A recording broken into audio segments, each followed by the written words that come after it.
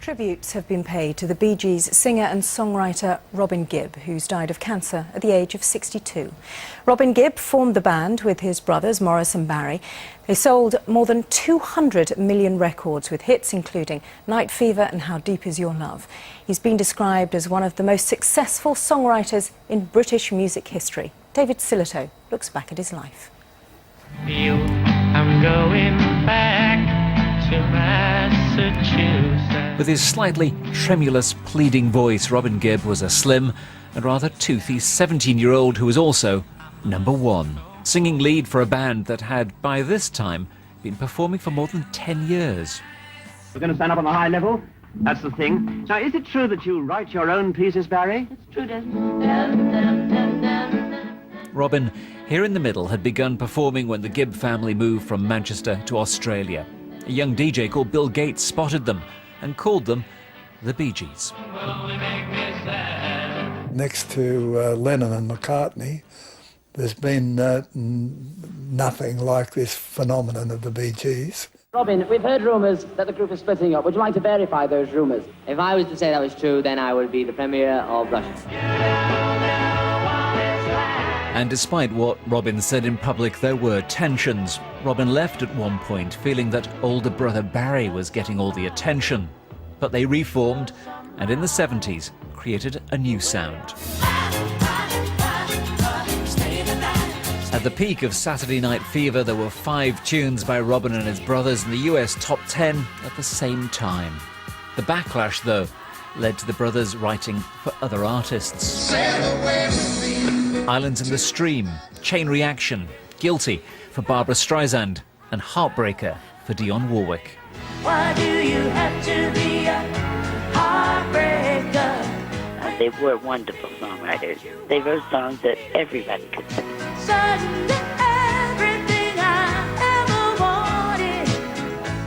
Robin was fun to be around. He had a wonderful, witty sense of humor. And will certainly be missed. Teetotal, vegetarian, and rather unconventional. But his legacy are those songs.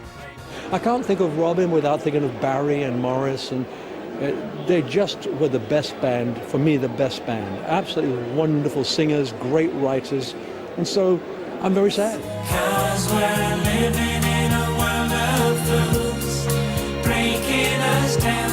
There were some solo hits, but his place in history is with his brothers, one of pop's greatest songwriting teams.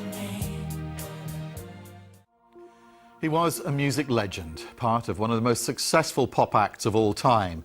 But to his neighbours at Thame in Oxfordshire, where he'd lived for 25 years, he was part of the community. Last night, Robin Gibb from the Bee Gees lost his battle against cancer. Brennan Nichols has been hearing local tributes to a man responsible for some magic moments in the soundtrack to our lives. This is the entrance to the house that Robin Gibb called home for more than 20 years. Today, Thame was paying tribute to the down-to-earth star who was a familiar sight in this market town. He was involved in the town and he switched to Christmas lights on a couple of times, which was brilliant for us. Got quite a few of his records, actually. That dates me, doesn't it, if it was records, yeah. Robin Gibb used his celebrity to raise awareness of local issues. 2 years ago, he backed residents who claimed they hadn't been properly consulted over plans to build hundreds of new homes in the town. That was Robin. He's very much part of the local community. Robin Gibb's music spanned 5 generations, so his death will leave a big hole in the British music industry. Here in Thame, though, he's lived here for over 2 decades and will be remembered as an active part of this community. Of course, Robin Gibb co-wrote those momentous Bee Gees songs, but more recently he's been composing and recording, alongside his son RJ, his first major classical piece, and he's called it the Titanic Requiem. The Titanic Requiem is a full classical work, written for an orchestra and choir to perform, and it tells the story of the ship's tragic journey in April 1912. So where did this project start? I began to get interested in Titanic when I was about 16, and I've always been fascinated with it since then. My grandmother came home when she was 13, and saw her mother crying in the kitchen. She said that beautiful ship has just sunk, you know, and she remembered that vividly. Among their Titanic artefacts is a telegram received by the sister ship, the Olympic, just a day after the tragedy. Received Marconi from Carpathia as follows. Turn back. Now, everything okay. We have 800 aboard. This is the original Marconigram, 16th of April, 1912.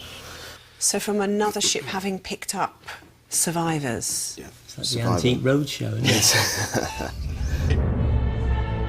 A passion for the story of the Titanic led father and son into the studio, where they wrote their requiem. Each of the 15 tracks covers a different stage of the ship's final journey.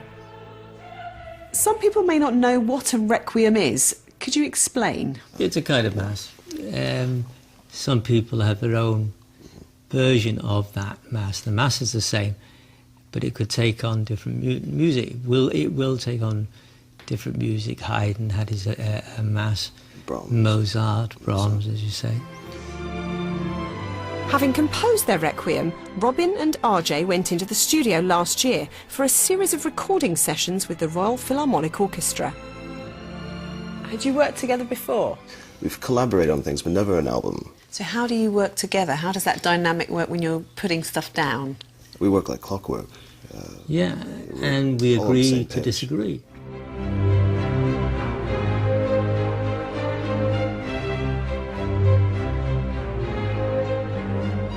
Literally painting the emotions through music. Yeah. Is it different to writing a pop song? Is there a different process? No. There's only 8 notes that you can work with. Difference is getting them in the right order. And not everybody does, otherwise everyone would be having a successful composing career. The difference is if you've got a knack of knowing something, Jay, I discovered very on, had it. You just know when you hear something that it works. We write to the melody. When you're writing a pop song, you write with melody first. Even when you're using orchestra, you put the melody down. With the orchestra, you put the orchestra down before you do the vocal. Guys, describe the feeling to me the first time you heard the Royal Philharmonic Orchestra strike up your writing. To hear it come to fruition, I mean, it was a beautiful moment. When it comes to life. Sweep away your pain and sorrow.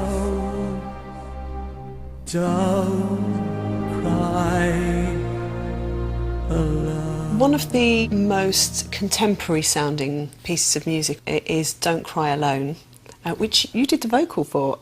Well, it was spontaneous. It's just put the mic on, play the chords, and I'll just sing to what I hear. Which is the way, you know, we've always composed. I mean, we do want people to remember that this isn't just striving to be a beautiful piece of work. It is a remembrance for the 1,517 people who died on the Titanic.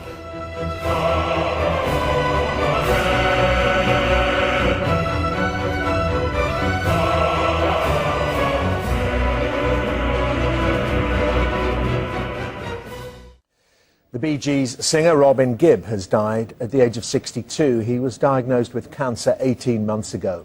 His family said they were announcing his death with great sadness. Gibb had dozens of hits with his brothers Maurice and Barry as performers and writers, and sold more than 200 million records in total. And it's me you need to show.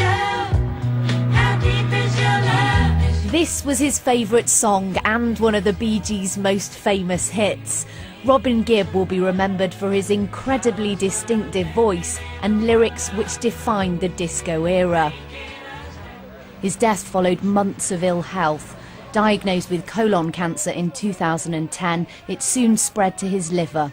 But recently in remission, the singer-songwriter thought he'd beaten it. I'm going to miss him enormously. You can't believe you're not going to see somebody again. And he had so much to write. He had more to write. He was saying, right, more songs to do, got more songs to do. Most people would sit back on that legacy and say, I've done it. Look what I've done. It's the world's biggest music catalogue. We've made the money, we've written the songs. But he still wanted to write that. But one more great song, another great song.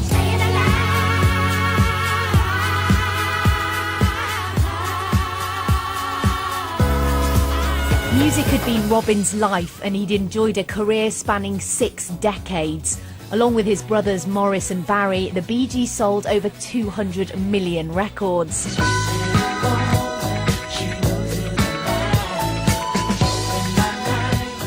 They wrote all their own hits, including the soundtrack to Saturday Night Fever, which propelled them to the big time.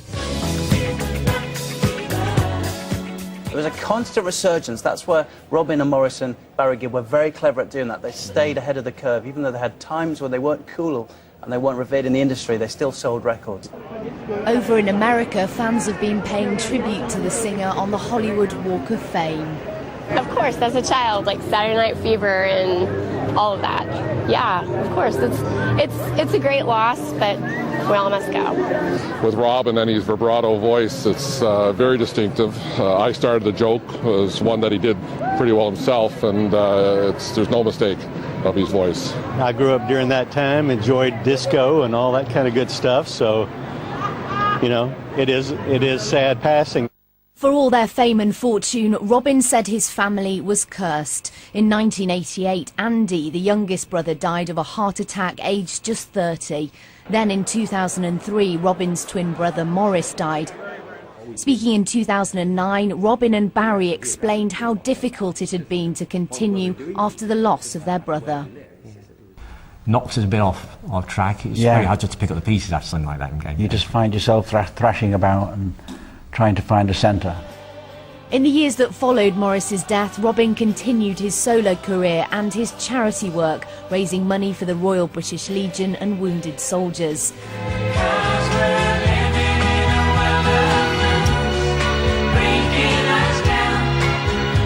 But it's the band with his brothers for which he'll be remembered most. And Robin Gibb, with his unique voice, will continue to be a major part of that remarkable musical legacy. Lucy Cotter, Sky News.